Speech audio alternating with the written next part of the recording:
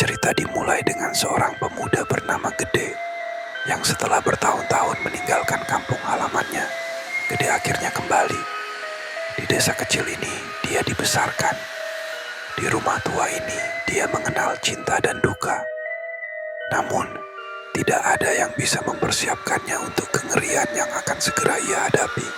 Gede berdiri di depan rumah tua. Temboknya penuh lumut, pintu kayunya berderit saat dibuka. Udara di sekitar terasa lebih dingin dari biasanya, membuat bulu kuduknya berdiri. Gede berbisik pada dirinya sendiri. Aku bahkan tak mengenali tempat ini lagi. Gede masuk ke rumah. Langit-langit retak, debu tebal menutupi semua perabotan. Foto keluarga terpasang di dinding. Salah satunya menampilkan Gede bersama kakeknya, seorang pria tua dengan sorot mata tajam. Malam itu, Gede tidak bisa tidur.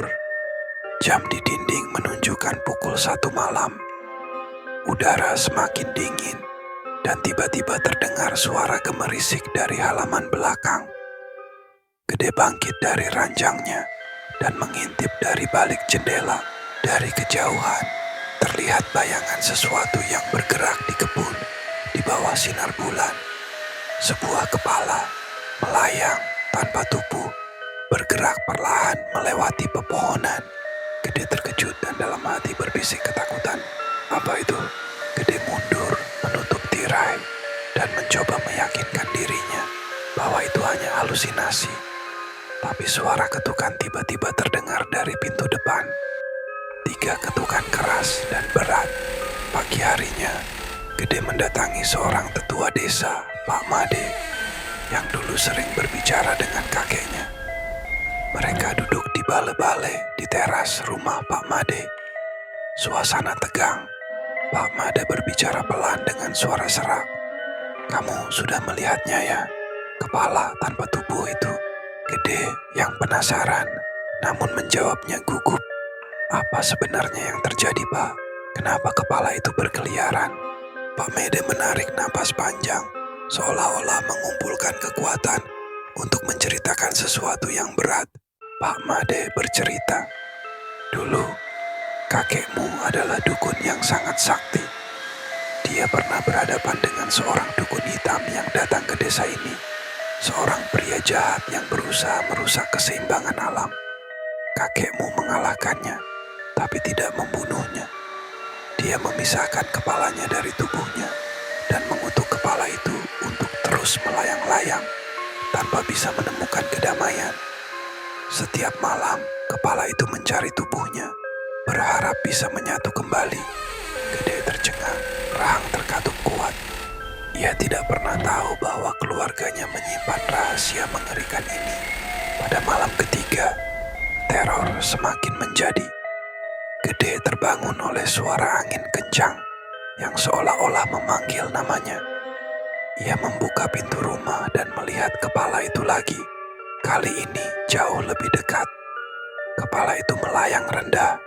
Rambut panjangnya berkibar. Wajahnya penuh dendam. Kepala itu memandang Gede dengan tatapan kosong. Namun mulutnya bergerak perlahan, menggumamkan sesuatu. Suara bisikan menyeramkan terdengar di udara. Kepala itu berbisik lirih namun jelas. Kembalikan tubuhku. Aku ingin kembali. Gede mundur, tubuhnya gemetar. Kepala itu mendekat dengan cepat, berputar di sekelilingnya, seolah mencarinya. Gede berlari ke dalam rumah, mengunci pintu. Namun ketukan keras terdengar lagi. Kali ini jauh lebih intens. Ketukan itu terdengar dari jendela, dari atap, seolah kepala itu mengepung rumah. Pagi harinya, Gede menemui Pak Made lagi. Kali ini dengan tekad bulat. Gede marah dan putus asa. Apa yang harus aku lakukan? Kepala itu tak akan berhenti mengejarku. Pak Made berbicara dengan tenang, namun penuh kepasrahan. Hanya ada satu cara. Kembalikan kepala itu ke tubuhnya. Tapi tubuh itu sudah lama dikubur di hutan sebelah desa. Kau harus pergi ke sana sebelum malam tiba. Jika tidak, kepala itu akan memburu keluargamu selamanya. Menjelang senja, Gede pergi ke hutan dengan membawa kepala yang akhirnya ia tangkap menggunakan mantra tua yang diberikan Pak Made. Ia menggali kuburan tua. Di sana ada sisa-sisa tubuh yang sudah lama terbaring. Dengan tangan gemetar, Gede meletakkan kepala itu ke tubuhnya. Ketika kepala itu menyentuh tubuh, tanah bergetar.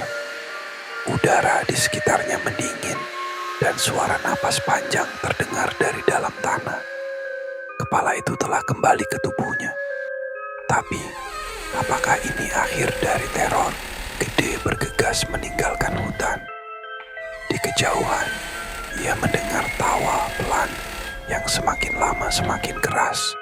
Seolah-olah sosok yang terbangun dari kubur menikmati kebebasannya. Beberapa rahasia seharusnya tidak pernah diungkap. Dan sekarang, kegelapan yang dikurung selama bertahun-tahun telah bebas kembali. Ikuti terus kisah-kisah misteri lainnya di channel ini. Dan jangan lupa like, komen, dan subscribe.